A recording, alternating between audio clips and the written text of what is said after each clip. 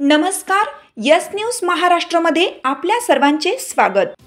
संतोष देशमुख हत्या प्रकरणाच्या आरोपींचे फोटो शौचालयात लावून केला आरपीआयने निषेध।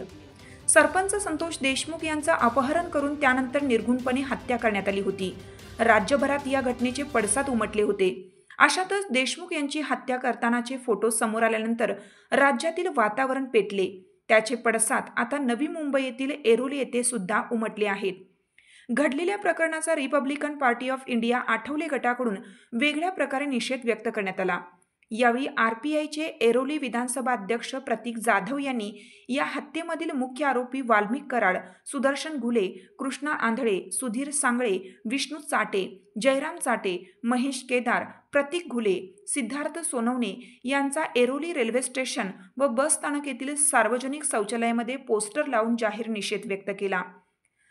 तसेच या नराधमांना फाशीची शिक्षा थोपवण्यात यावी व सरपंच संतोष देशमुख यांच्या कुटुंबियांना न्याय मिळावा अशी मागणी करत घोषणाबाजी सुद्धा करण्यात आली।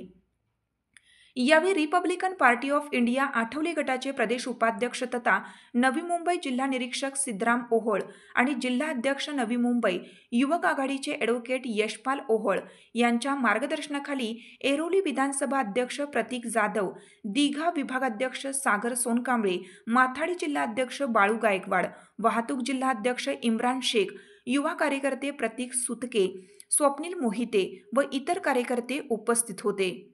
यस न्यूज महाराष्ट्रासाठी रवी पी ढवळे सर, कार्यकारी संपादक, मुंबई। तुम्ही कशा प्रकारे निषेध केला? निषेध असा जे सरपंच संतोष देशमुख आहेत त्यांच्यासोबत जो अमानुष्य कृत्य ज्यांनी केलेलं आहे ते सर्व अपराधी आहेत। त्यांचे नावं पत्ते सगळे माहिती आहेत, त्यातले काही अटकसुद्धा आहेत, काही आतमध्ये आहेत, काही बाहेर आहेत। पण ह्यांच्या विरोधात आज आम्ही एक नवीन मोहीम घेतलेली की ह्यांनी ज्या प्रकारे त्यांचा टॉर्चर केला असं बोलू शकतो किंवा ज्या प्रकारे त्यांची वागणूक दिली त्यासाठी आम्ही आज ह्यांचे फोटो छापून सार्वजनिक शौचालयामध्ये त्यांना मूत्र विसर्जन करण्यासाठी त्यांचे फोटो टॉयलेटमध्ये लावलेले आहेत। तर अशा प्रकारचा हा निषेध आम्ही आज व्यक्त करतो आहे आणि या सर्वांना फाशी व्हावी अशी आमची मागणी आहे।